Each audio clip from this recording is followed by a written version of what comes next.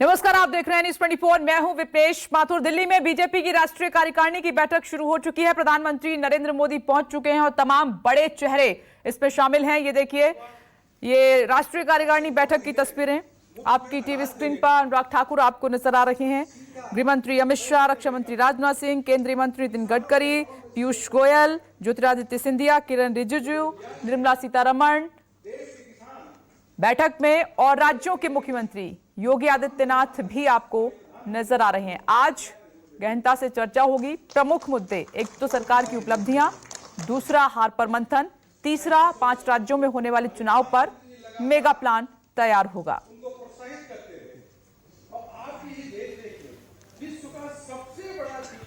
राजीव रंजन लगातार हमारे साथ मौजूद है, अंबेडकर नगर में हैं वो, यूपी में, और Kumar Gaurav NDMC convention centre के बाहर ही मौजूद हैं, जो कि इस कार्यकारिणी बैठक को कवर कर रहे हैं। उनकी नजर है इस पर।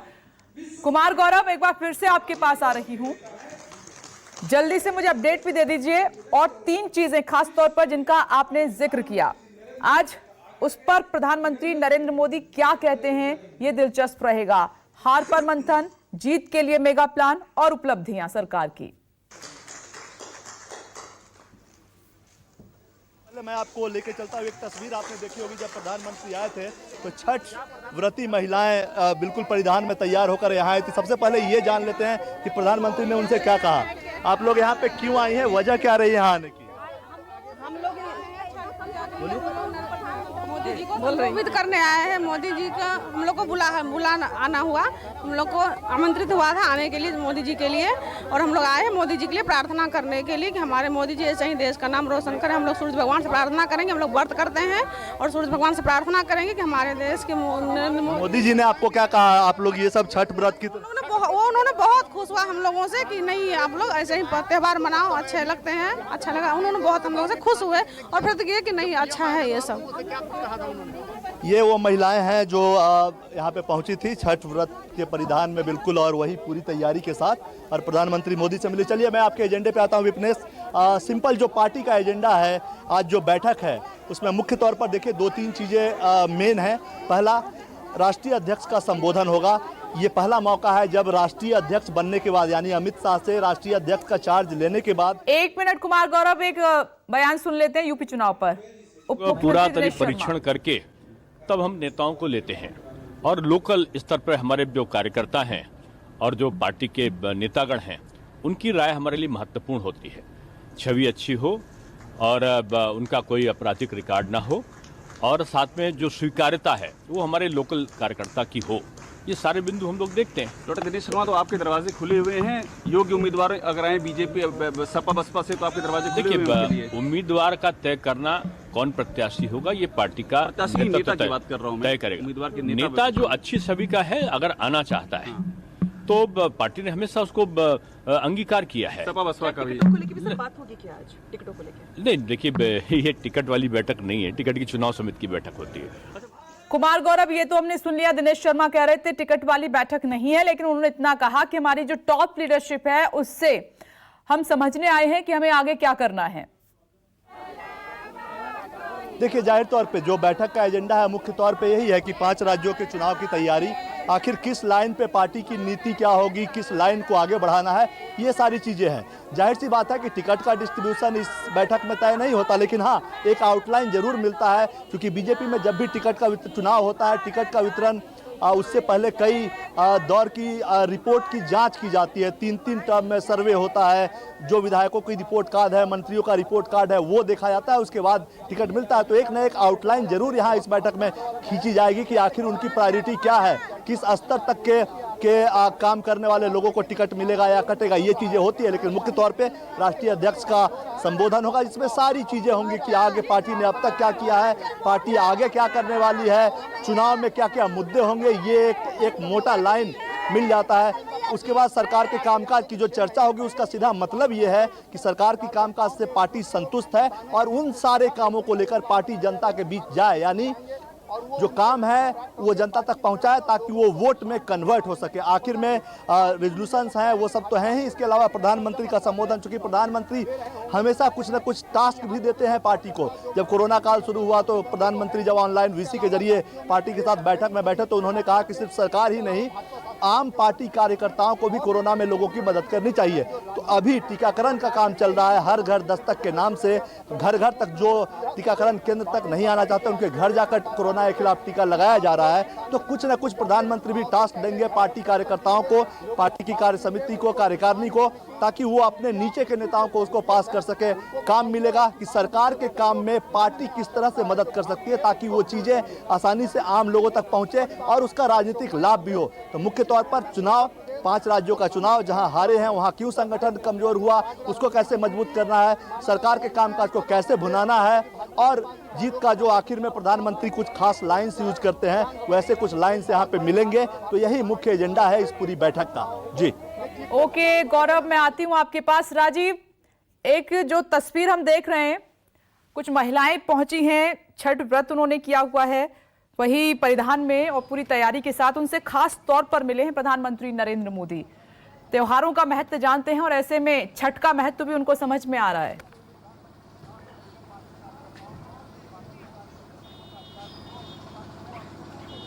देखिए, छठ तो मूलतः बिहार का त्यौहार था, लेकिन धीरे धीरे वो उत्तर प्रदेश तक फैलते फैलते दिल्ली, मुंबई तक सब जगह पहुंच चुका है और कम से कम पूर्वांचल के 20 जिलों में तो इसका बहुत असर है।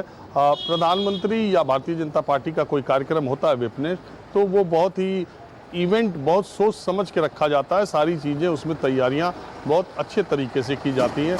तो ये कोई पहली बात नहीं है। आप देखती हैं कि जब वो उनका कोई कार्यक्रम हो, भारतीय जनता पार्टी का कोई बड़ा कार्यक्रम हो, तो सारे देश की निगाहें उस पर टिक जाती हैं और सारे कार्यक्रम की रूपरेखा ऐसी बनाई जाती है। अब सवाल है डॉक्टर दिनेश शर्मा, मैंने पिछले बुलेटिन में आपसे कहा कि भारतीय जनता पार्टी ने उत्तर प्रदेश में एक ज्वाइनिंग कमेटी बनाई है डॉक्टर लक्ष्मीकांत वाजपेयी की अध्यक्षता में, जल्दी ही बनी है 2 दिन के भीतर, और उसमें ये देखा जा रहा है, मैं बार बार ये कह रहा हूँ कि जो उत्तर प्रदेश का चुनाव है, जैसे आपने अभी हेडलाइन में कहा कि अफगानिस्तान के जीतने पर इंडिया की निगाहें लगी हुई हैं सेमीफाइनल में पहुँचने के लिए, उसी तरह प्रधानमंत्री नरेंद्र मोदी पर निगाहें लगी रहती है बीजेपी के लिए। लेकिन सवाल ये है कि सेमीफाइनल के आगे फाइनल और आईपीएल जीतना भारतीय टीम को है, उसको प्रदर्शन करना पड़ेगा। तो उसी तरह से उत्तर प्रदेश के चुनाव में सरकार है, सरकार 5 साल रही है, उसके कामकाज हैं, सीएम योगी का चेहरा है, तो असली प्रदर्शन और असली समीक्षा इस चुनाव की तो उत्तर प्रदेश की सरकार की होगी। प्रधानमंत्री नरेंद्र मोदी का चेहरा तो है ही।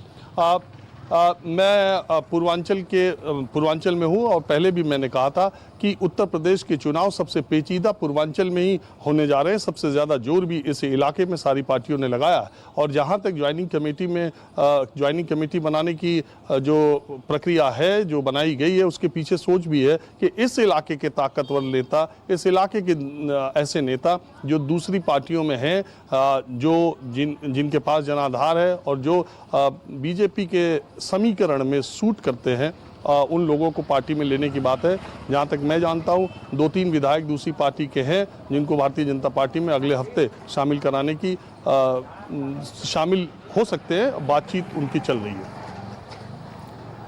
तो राजीव, इस बार ये मैं एक महंगाई से जोड़ना चाह रही हूँ। दरअसल जब महंगाई बढ़ी है, मुश्किल तो हुई है, इसको दरकिनार करना, आगे बढ़ना इतना आसान नहीं है दरकिनार करके।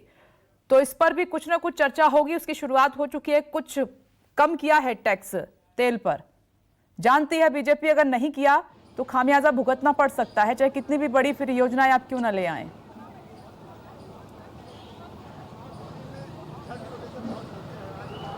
देखिए, बिल्कुल महंगाई एक बहुत बड़ा मुद्दा है, लेकिन बात वही है कि कई बार महंगाई चुनाव का मुद्दा नहीं बनता है। लेकिन हाल के जो उपचुनाव के नतीजे हैं, उससे तो भारतीय जनता पार्टी को ये सोचने पर मजबूर होना पड़ेगा कि महंगाई कहीं मुद्दा तो नहीं, और कहीं महंगाई का जो आक्रोश है वो कई बार जो है उतना मुखर नहीं होता है, वो साइलेंट होता है। दिल्ली के एक चुनाव में हम देख चुके हैं किस तरह महंगाई का असर हुआ और किस तरह से भारतीय जनता पार्टी का सुपड़ा दिल्ली से साफ हुआ था। आज के बहुत साल पहले, 18 साल पहले, 19 साल पहले की बात है। तो महंगाई एक मुद्दा है और महंगाई इस कदर इस वक्त बढ़ी हुई है जिसका कोई अंदाज़ा नहीं। पेट्रोल डीजल के दाम कम भले हुए हैं विपनेश, लेकिन उससे जुड़ी चीज़ों के जो दाम हैं, जो टैक्सी का, जो ऑटो का, जो किराया है, जो खेतों की जुताई बुआई में ट्रैक्टर का किराया है, वो एक बार जब बढ़ जाता है तो पेट्रोल डीजल के दाम कम होने से वो कम नहीं होता है। और मैं आपको ये बता रहा हूँ, दिवाली के दिन मैं कपड़े खरीदने के लिए गया था, दुकानदार मेरा जानने वाला था और उसने मुझसे कहा कि भैया आज से ही शर्ट के जो कपड़े हैं वो 50 रुपये मीटर बढ़ गए। जो हमारे पास स्टॉक है हमको आज से ही 50 रुपये बढ़ रहा है क्योंकि धागे के दाम और सब चीज़ें बढ़ चुके हैं। तो वो 50 रुपये मीटर एक बार में कपड़े का दाम अगर एक दिन में बढ़ जाता है तो आप अंदाज़ा लगाइए कि वो 50 रुपये अब कम होने वाला नहीं है। पेट्रोल डीजल के दाम कम हो गए हैं, धीरे धीरे बढ़ते बढ़ते फिर शायद वहाँ पहुँच जाएं। ये जो पेट्रोल डीजल के दाम कम होकर आज उत्तर प्रदेश में जहाँ पहुँचे हैं, ये बहुत दिन पहले यहाँ पर नहीं थे। 3 महीना पहले, 4 महीना पहले ही आज से 12-15 रुपये यहाँ पर पेट्रोल और डीजल के दाम कम जितने आज हैं उतने 3 महीने 4 महीने पहले थे। ये सारे जो बढ़ोतरी हुई है 3-4 महीने में हुई है। 3-4 महीने के बाद चुनाव होना है, तो अगर फिर वहीं तक पहुंच गया तो महंगाई का ठीक रहा। कहीं भारतीय जनता पार्टी की जो सत्ता में जहां जहां वो है वहां न फूट जाए, ये डर बिल्कुल बना हुआ। उस इंसान ने मुझसे ये कहा कि मैडम ये बताइए कि पेट्रोल डीजल के दाम तो कम हो रहे हैं, लेकिन जो बाकी चीजों के दाम जो बढ़ जाते हैं वो भी कम होंगे या नहीं। तो मुझे नहीं लगा, मेरे पास जवाब नहीं था राजीव, कि मैंने तेल जो मैं 80 से 100 के बीच में 1 लीटर सरसों का लिया करती थी, जब मैं दोबारा लेने पहुंची तो वो 200 रुपए था। मैं खुद हैरान थी। ऐसे सवाल हैं लोगों के जहन में। वो कहते हैं कि बड़ी चीजों के तो हो जाएंगे पेट्रोल डीजल के, लेकिन जो खाद्य पर बढ़ गए, डबल हो गए, उसका क्या होगा? राजीव।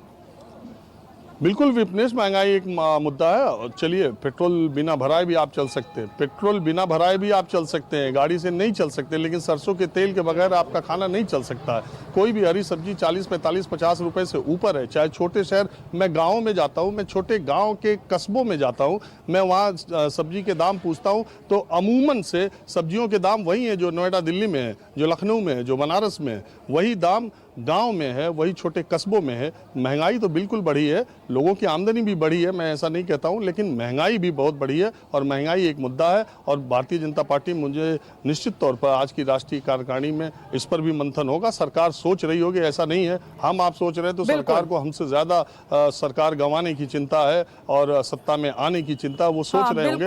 लेकिन ये अलग सा मुद्दा है और ये चुनाव में कितना चल पाएगा, क्योंकि उत्तर प्रदेश के ठीक है राजीव, आगे भी मेरी बातचीत आपसे जारी रहेगी। फिलहाल मुझे ब्रेक लेना पड़ रहा है। उम्मीद तो यही है कि महंगाई पर भी मंथन होगा सब मुद्दों के साथ। नमस्कार, मैं हूं मानक गुप्ता। अगर आपको हमारा ये वीडियो पसंद आया हो तो इसे लाइक और शेयर जरूर करें और हां, हमें सब्सक्राइब और फॉलो करना ना भूलें ताकि आप देश और दुनिया की कोई खबर मिस ना करें। तो जुड़े रहिए हमारे साथ और देखते रहिए न्यूज़ 24।